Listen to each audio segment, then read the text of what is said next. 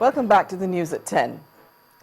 As the 2015 general elections draw close and politicians make campaign promises, some Nigerians are planning to engage those seeking public office in debates. Enough is Enough Nigeria is partnering with Google, General Voice and MTB Base, while Channels Television is a broadcast partner, also with support from The Guardian newspaper, This Day and Arise TV. Our political correspondent, Seun Okinbaloye, has more details. What would you like your leader to do for you? I want to make everything cheap. Make it cheap. We just need the electricity and the road. So many expectations from Nigerians as the February elections draw close. The pressure of what the people want from their leaders are not looking like it will reduce now. Many questions on the minds of the voters. As the politicians are busy going around town conversing for votes, the same way the umpire is dotting his I's and crossing his T's. Some Nigerians are also planning big too. Here, Enough is Enough Nigeria, alongside its several partners like Google, Facebook, Gen Voices, are planning a people's debate where those seeking office will answer questions on how they hope to make the lives of Nigerians better. Young people, according to INEC, make up about 63% of INEC's voters register. And that singularly means that young people make up the largest demographic voting bloc in Nigeria. And we thought there's no way you can have another elections that's this talked about, this anticipated, this contested without having a platform where young people can engage the leading candidates who want to be president. Channels Television is a broadcast partner with the group, with other media organizations like This Day newspaper, Leadership newspaper, and other key players within the Newspaper Proprietors Association. Celebrities and entertainers too are backing this cause. It is very sad that in this time of age, we have some people that want to be in charge of a serious level of want to be in charge of a heavy country like Nigeria or a state in Nigeria, but they still think it's, slavery type of. But because we don't put the institutions and the structures and the processes to challenge them and constantly challenge them to effectively pursue the reasons why we have empowered them, they do become gods. And when they become gods, or our babas and our mamas, as we constantly choose to call them, we can no longer hold them to account. The organizers are planning a presidential debate where the top contenders will be at the center stage. Those seeking to be governors in some selected states too will be called to a debate.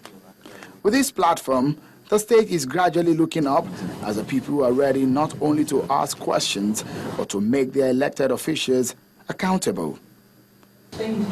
Reporting for Channels Television News. Staying with the youth, the Nigerian Christian Pilgrims Commission, NCPC, has announced plans to commence a special pilgrim scheme for youths. The chairman of the commission, Reverend Nicholas Oko, explained that the plan is aimed at raising the moral consciousness of youths towards nation building. Reverend Oko also said plans are underway for a collaboration with the National Lottery Commission to assist Nigerians who may not be able to afford the Christian pilgrimage. Show that Nigeria youths constitute 70% of a nation's population. How to ensure that this age group contributes significantly is one of the issues that came up when officials of the Nigeria Pilgrims Commission submitted the 2014 Pilgrims Report. The youth pilgrimage is going to be an addition to what we already have. It will encourage the young people with adequate security measures to travel, and while on pilgrimage will also be exposed to some studies. Despite the challenges of delayed payment by intending pilgrims and non-sponsorship of the program by some states, officials of the commission say that other measures have been put in place to protect the interests of low-income Nigerians. we're also going to partner with Lottery Commission to ensure that individuals who don't have all the money to pay can actually get tickets in form of raffle and be able to draw. And with that kind of money we generate, we'll be able to sponsor people on holy pilgrimage. And some people who are lucky to win will be able to continue to go on holy pilgrimage. In his response, the Secretary to the government promised to speed up all outstanding issues that would ensure a hitch-free pilgrimage. There is anything my office needs to do to encourage the conclusion of the arrangement. Please be sure that I'll be very, very willing to do that. Thank you, sir. Above all, Your Grace, the fact that government must not continue to sponsor pilgrimage is real, it's a reality. And to hear that you are almost ready for that eventuality is a thing of greater joy. So far, the Nigeria Christian Pilgrims Commission says 50% of its pilgrims were self-sponsored, thereby reducing government spending. First Bank.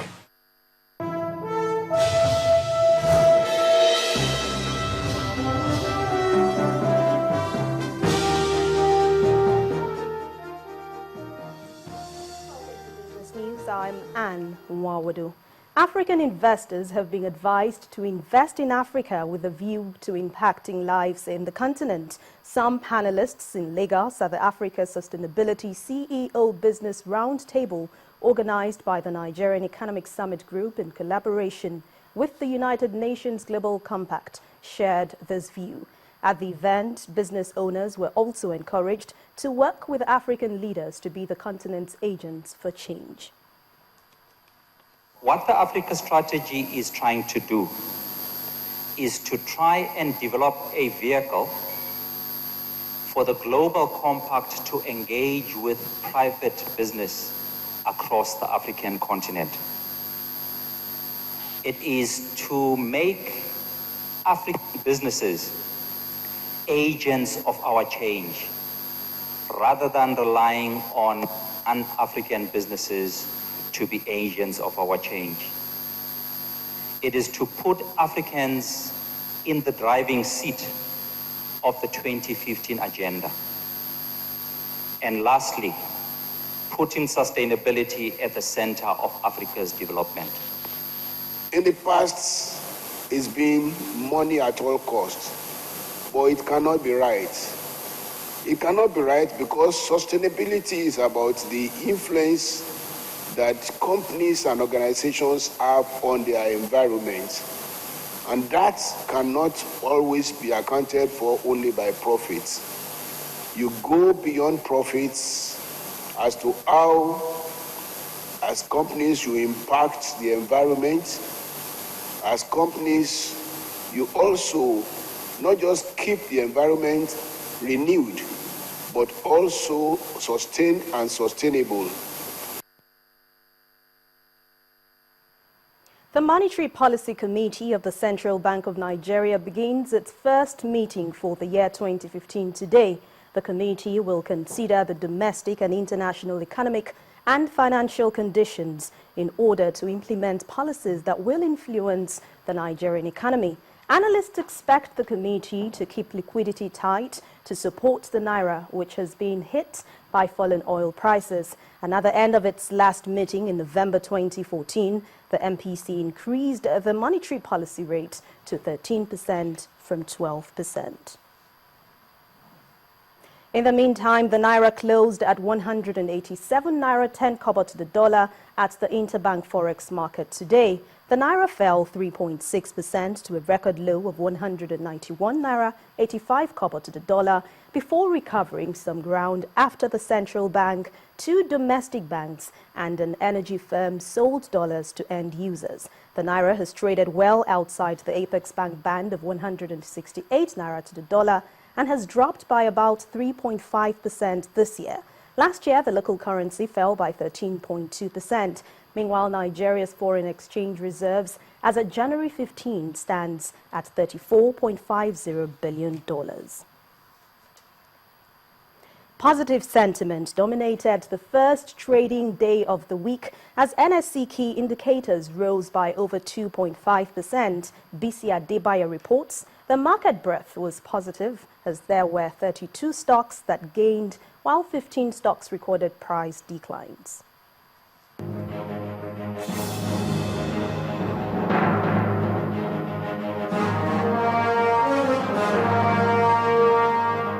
Hello and welcome to the Stock Market Reports. Market pulse at the Nigerian Stock Exchange was bullish as sell pressure towards some major market movers eased, pushing key indicators north by 2.54%. The all-share index rose from 29,034.89 to close at 29,773.40 with a market capitalization of 9.91 trillion naira. Nestle was the top gainer for the day, adding 39 naira 60 kobo to its share price. Nigerian breweries, WAPCO and Dangote Cement were also among the day's top price gainers. On the flip side, the laggards for the session were led by Guinness Nigeria, Cadbury and PZ Cousins. Mutual Benefit Assurance, FCNB and Access Bank were the top three major contributors to market volume. For this session, investors traded 426.24 million shares for 3.42 billion naira in 4,391 deals. And that ends the stock market reports. I am BC Adebayo.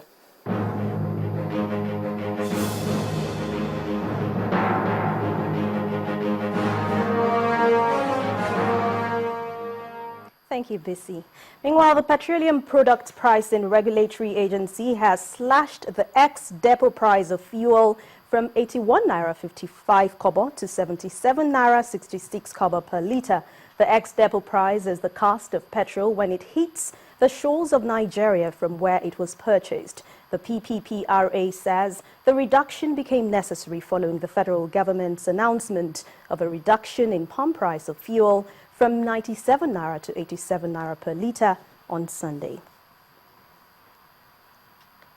Well, crude oil prices resumed the week lower with Brent trading at $49.75 per barrel after shedding 42 cents. U.S. crude was down 37 cents, $48.32 per barrel. And in the meantime, investors are keeping their eyes on the European Central Bank's meeting on Thursday, which is considered almost certain to see the launch of the government bond buying campaign, pointing to further euro falls against the dollar, as well as a downward pressure on oil prices. Well, that's it on business news. Let's now take a look at the global market figures. The news at 10 continues shortly.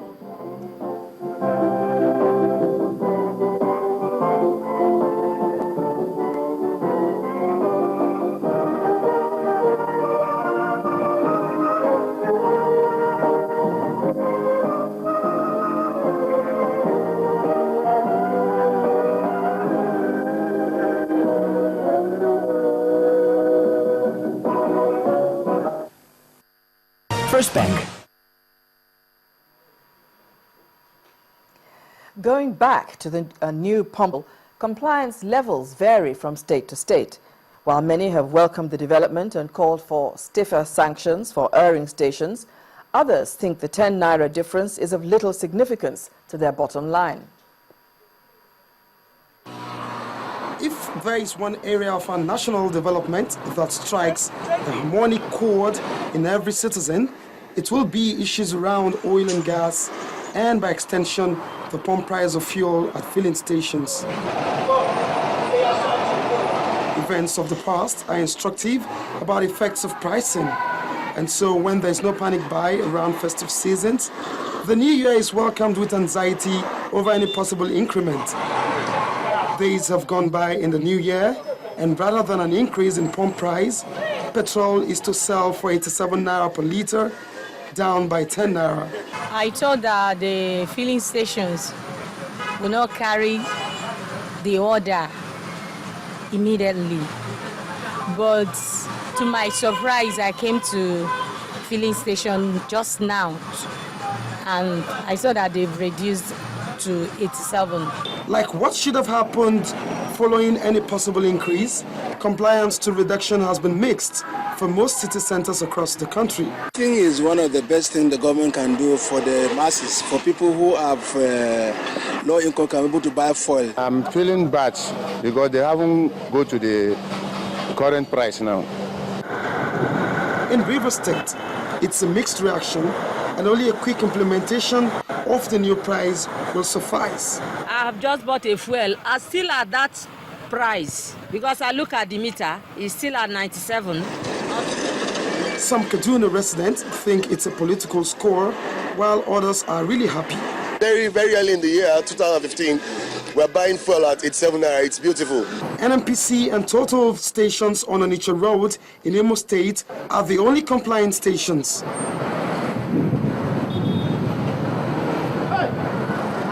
Down Lagos, southwest Nigeria, it's either the closed stations are out of stock or it's not time to comply. In the world oil market, the price has come down. I see no reason why in Nigeria we shouldn't be able to buy a liter for 15 naira. This station clearly has not adjusted. Clearly, the Department of Petroleum Resources has got a busy week following federal government's announcement as regards compliance. Also, how relative the 10 naira difference is to the market forces is still hanging. And if prices continue the free fall, plus the complexities of our downstream operations, are there any possibilities of a downward review during the year? This is the big question. Olu Phillips, Channels Television News. Still ahead on the news at 10. Top seeds advance at the Australian Open. That's on Sports News. Do stay with us.